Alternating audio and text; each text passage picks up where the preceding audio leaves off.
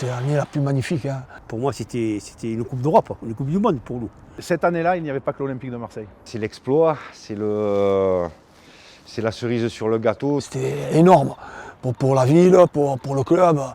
La joie d'être Martigao. On va jusqu'au bout, on se retrouve en première division. Une petite ville comme ça, qui est arrivée à monter en première division, bravo. Hein. Il y a la cuisine au beurre, mais c'est vrai que la cuisine au beurre et le FC Martigues ont fait parler de la Venise provençale. Magnifique, quoi. Que de bons souvenirs.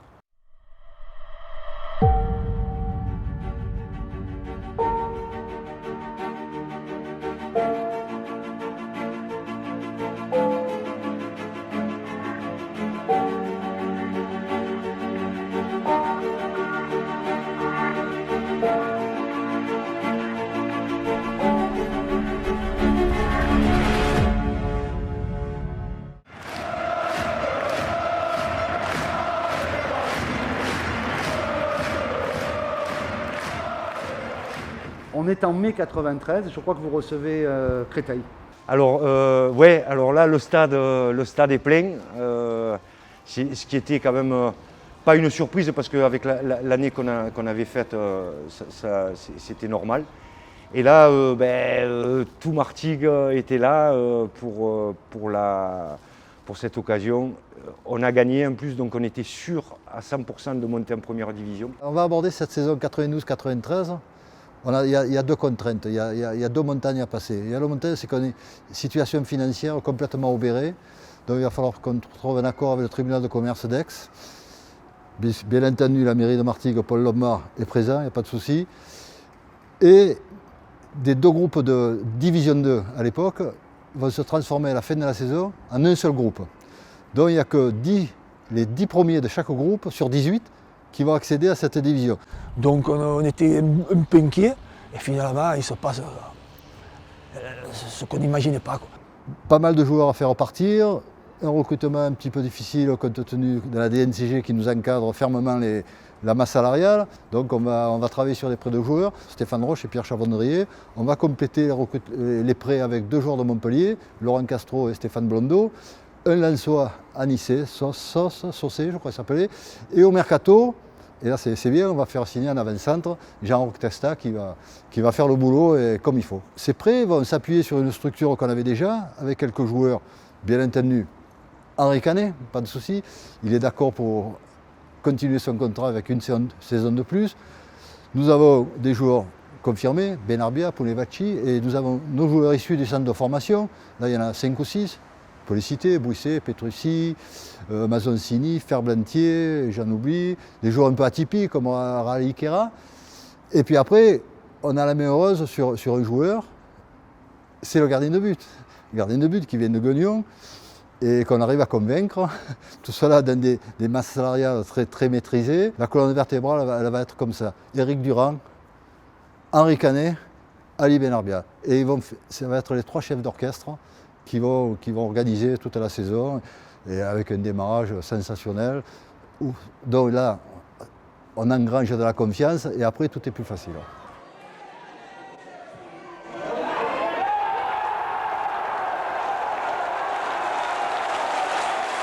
Alors ce qui est rigolo, on pourra faire le paradoxe et le parallèle surtout avec ce qui s'est passé à Sedan, où Michel Bérard est passé aussi, où Sedan a redressé la barre aussi avec des joueurs qui étaient soi-disant perdus pour le football.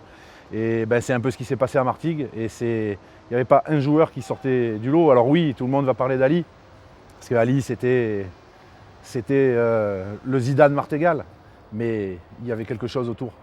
Après c'est parti, après au départ la mayonnaise a monté, et quand elle a monté, on a fait une belle saison. Cette année-là, il y a vraiment, même chez les plus gamins comme chez les plus anciens, il y a vraiment eu la notion d'équipe. Et c'est ça qui a fait toute la différence. C'est ça. En fait, il y avait des jeunes, je pense, de qualité. Le FCM a produit des bons joueurs qui ont fait des belles carrières. Et enfin, on en a des exemples avec Patrick, avec Ali. Il y avait ces anciens comme Henri sur lesquels on pouvait s'appuyer. Et effectivement, tous ces joueurs prêtés qui sont venus, qui étaient encore peut-être tendres pour jouer en première division dans leur club, mais qui étaient déjà doués et qui nous ont beaucoup aidés durant cette année en seconde division et qui nous ont permis d'arriver où on est arrivé.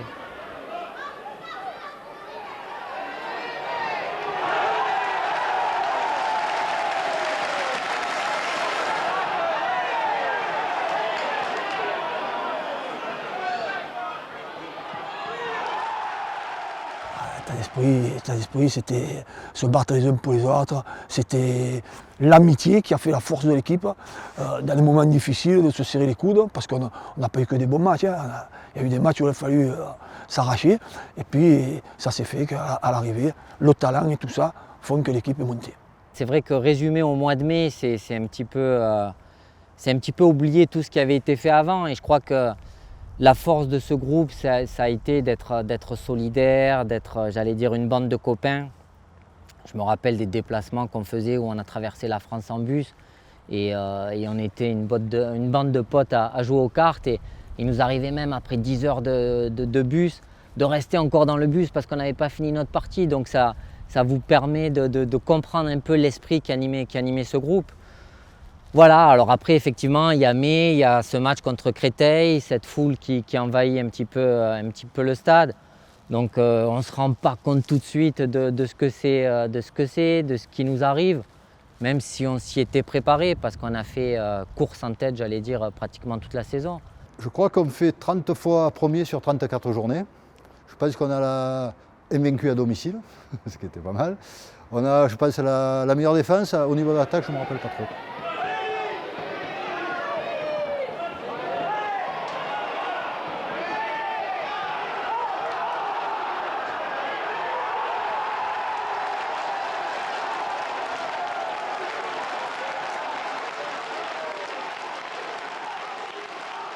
Elle se prend au jeu, le match à Créteil, avec en plus difficile parce qu'il y a l'expulsion d'Ali aussi, ça on l'oublie, donc ça forge déjà parce que ça permet d'aller chercher déjà de grappiller, de bien commencer la saison, et puis après ça s'enchaîne.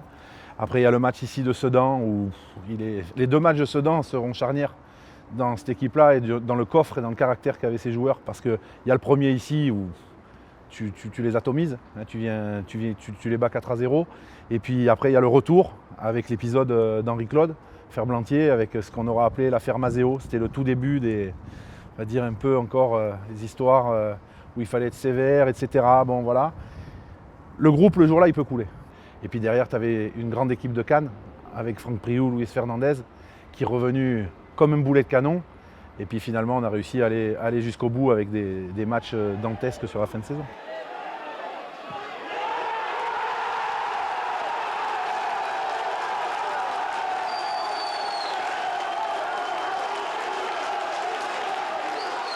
Il y a des journées clés. Il y a des journées clés. Vous avez Nancy qui a une grosse équipe à l'époque. Vous avez Bastia, il y a Nice. Il y a du monde, il y a Cannes. Et il y a des moments où, je me rappelle quand on fait le faux pas à Nice, je ne me rappelle plus quand, il suffit que Nancy batte Istres à Nancy, et ce soir-là, c'est Istres qui va gagner à Nancy. On préserve la première place, et ça change. Voilà, il faut un petit peu de chance, un peu plein de choses. Mais d'abord, il faut un peu de talent. Tant d'années passées en deuxième division, à travailler dur, parce que c'est la deuxième division, c'est quand même un niveau encore plus dur, physiquement surtout. Et là, d'un seul coup, on se retrouve premier et on accède à la première division, ce qui était au départ inespéré, ce qui est devenu la réalité, quoi. Alors en 93, donc j'avais 13 ans, je devais être en pupille minime. Alors désormais c'est U13, enfin voilà, mais j'étais à ce niveau-là. Il y a eu ce match de la montée, c'est vrai que c'était un grand souvenir pour tous les Martégas, et c'est un souvenir qui reste ancré et qui fait plaisir quand on y repense et quand on en reparle. Oui. Moi je tire mon chapeau, hein. C'est une belle ville qui a porté de très grands joueurs, qui a fait éclore des passions. Moi je tire mon chapeau parce que une petite ville comme ça, qui est arrivée à monter en première division, bravo, hein.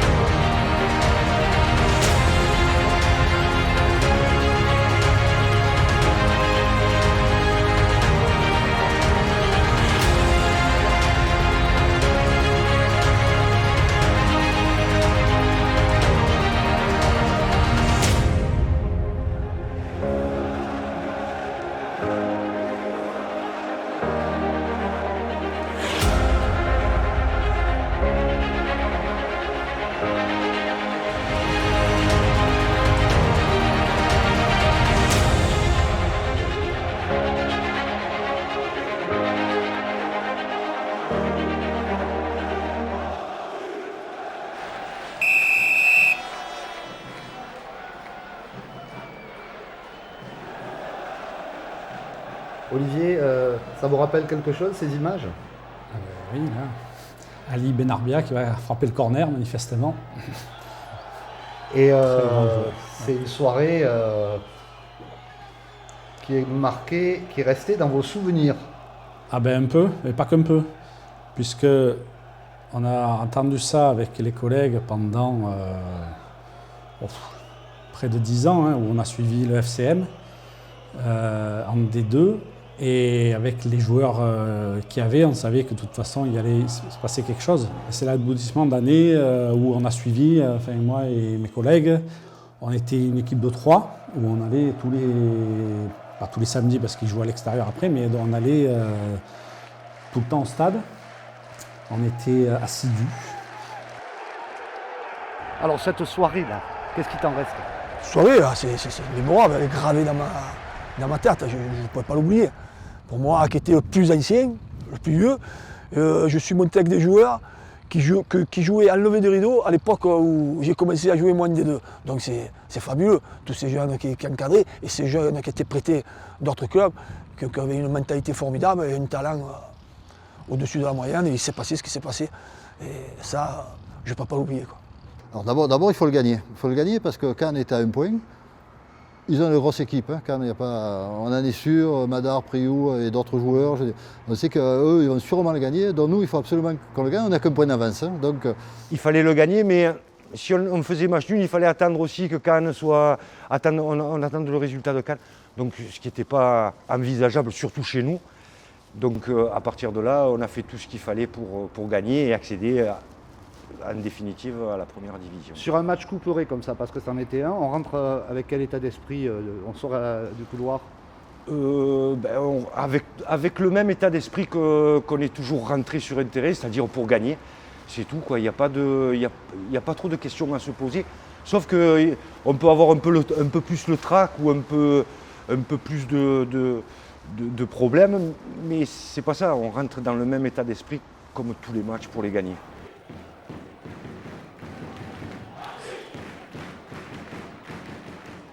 Je suis assis ici, place numéro 13. C'était un choix voulu. On aurait pu remplir le double cette année-là. Il y a 6000 personnes, plein comme un œuf, sur la configuration de l'époque. On aurait pu le mettre à 12 000 le jour-là. Et il y a des gens qui sont restés sur le carreau, qui avaient suivi la saison.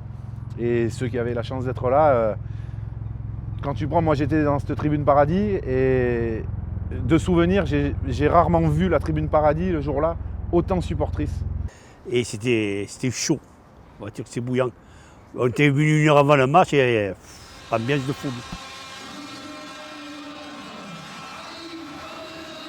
En plus c'était une petite Coupe d'Europe pour nous. Pour nous c'était une Coupe d'Europe, donc on savait qu'on allait gagner, on savait qu'on montait.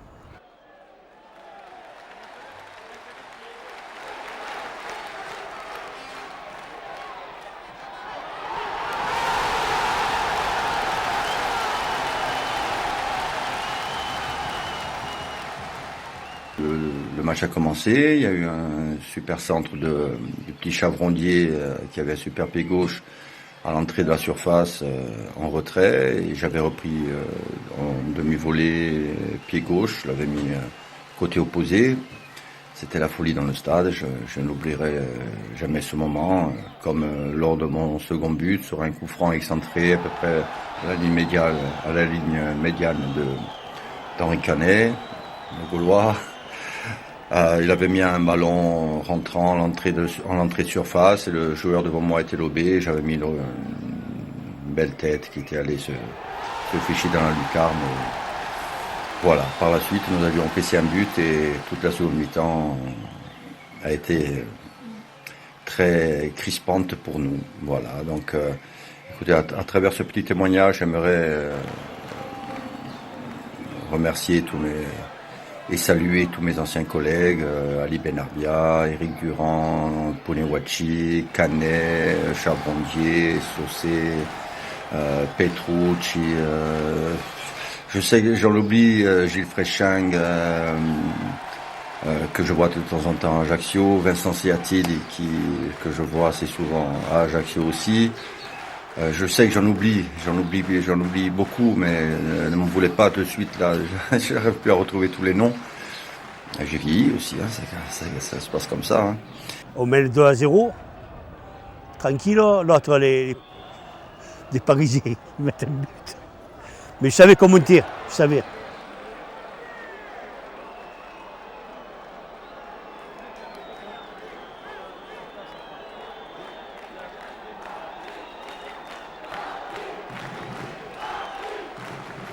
Bon là, nous sur le banc, on n'est pas tranquille. Mais les joueurs, il y a la confiance. Il y a la confiance, on sent que...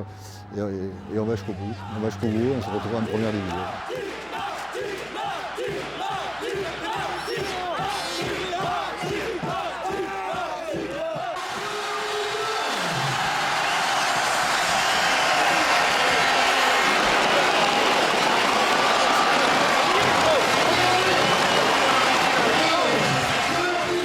Ah, ben alors là, nous on est sidérés en fait.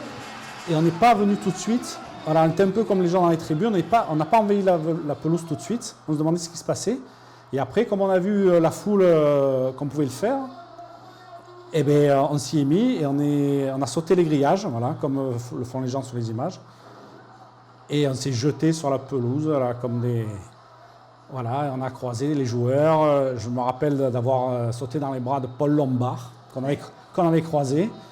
Et moi, mon souvenir le plus fort, c'était avec Henri Canet, que j'ai pris dans mes bras. Et voilà, et on Vous devez être quelque part, là. Hein. Ouais, là, je ne me vois pas parce qu'il y a... Avec des cheveux, mais... Oui, c'est ça, merci. Mais oui, je suis quelque part là-dedans. Et de suite, j'ai cherché Canet, moi, parce que c'était l'emblème de l'équipe. C'était son dernier match, puisqu'on savait déjà qu'il ne voulait pas continuer et qu'il n'était pas dans le foot business qui allait éclore après ça, quoi. Et c'est un monument, ce garçon. C'est quelque chose d'incroyable.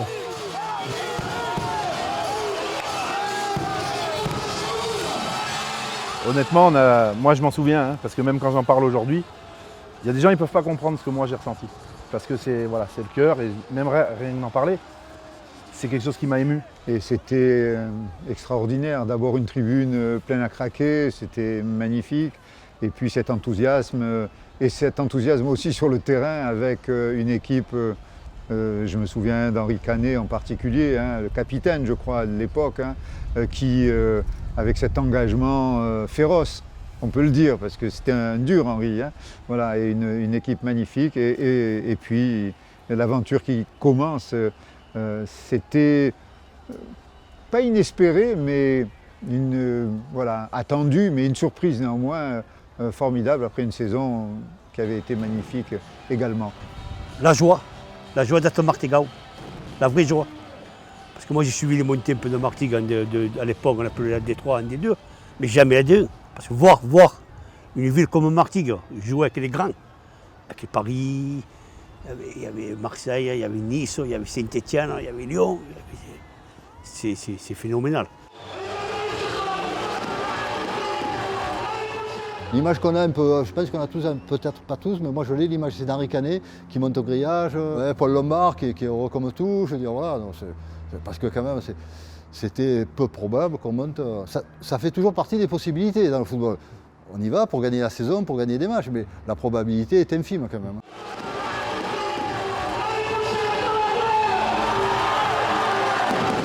Oui, c'était beau parce que moi la semaine j'étais avec eux, même si comme j'étais blessé, mais j'étais avec eux toute la semaine, parce que je me fais soigner par le kiné qui était, c'est Jamar Pagès et Robert Jean-Pierry là, qui étaient, voilà.